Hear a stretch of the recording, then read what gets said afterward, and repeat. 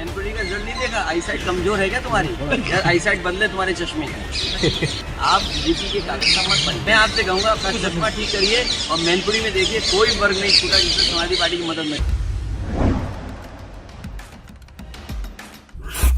अखिलेश यादव हिंदी में भड़क रहे हैं, गुस्सा कर रहे हैं, सवालों के जवाब में जवाबी सवाल दाग रहे हैं। उनका बदला रूप लोगों के बीच चर्चा का विषय बन गया है। दरअसल मैनपुरी लोकसभा उपचुनाव में जीत के बाद से अखिलेश यादव उत्साहित हैं, लोगों को एकजुट करने का प्रयास कर रहे हैं, हर जिले में जाने की तैयारी कर रहे हैं। अब तक कई जिलों तक पहुंच चुके हैं। उनके दौर को समाजवादी पार्टी के वोट बैंक को मजबूत करने और संगठन को ग्रास रूट लेवल पर मजबूती देने के प्रयास के रूप में देखा जा रहा है। इस दौरान उनसे जब सवाल किया गया कि आप माय समीकरण को साधने के लिए निकले हैं, इस पर वह भड़क गए। मैनपुरी लोकसभा उपचुनाव में जीत का हवाला देने लगे, पूछने लगे क्या आपकी नज़र कमज़ोर है, आपको अपनी आँख की जांच करानी चाहिए। अखिलेश यादव से सवाल किया गया कि आप प्रदेश में माय समीकरण को मजबूत करने की कोशिश कर रहे हैं। सवाल बिल्कुल सीधा था, लेकिन अखिलेश यादव ने इसका जवाब देने की बजाय मीडिया कर्मी से पहले उनके मीडिया संस्थान का नाम पूछा, फिर जवाबी सवाल दागा।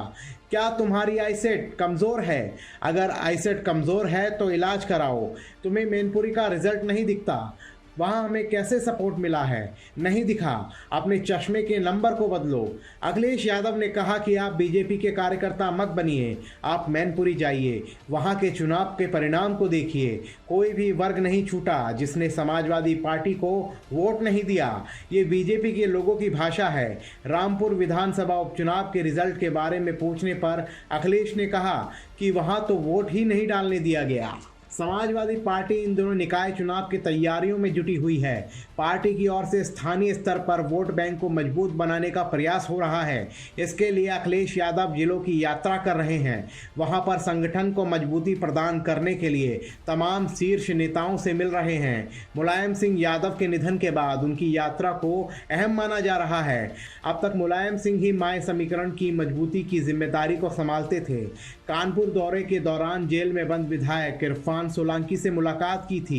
अखिलेश की इन मुलाकातों के बाद से उनके माय समीकरण को मजबूत बनाने की जिम्मेदारी संभालने की चर्चा शुरू हो गई है। इसी से संबंधित सवाल पर अखिलेश यादव भड़क गए। अखिलेश जी, आरोप लग रहा है कि एमवाई कॉम्बिनेशन को साधने के लिए आप निकले हैं।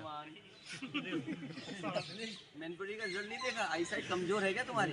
यार आई साइड बदले तुम्हारे चश्मे के। अच्छा ये बताइए सफर ये बात देखिए पत्रकार साथी, आप बीजेपी के कागज का मत बनिए। रामपुर के लिए क्या कहना चाहिए?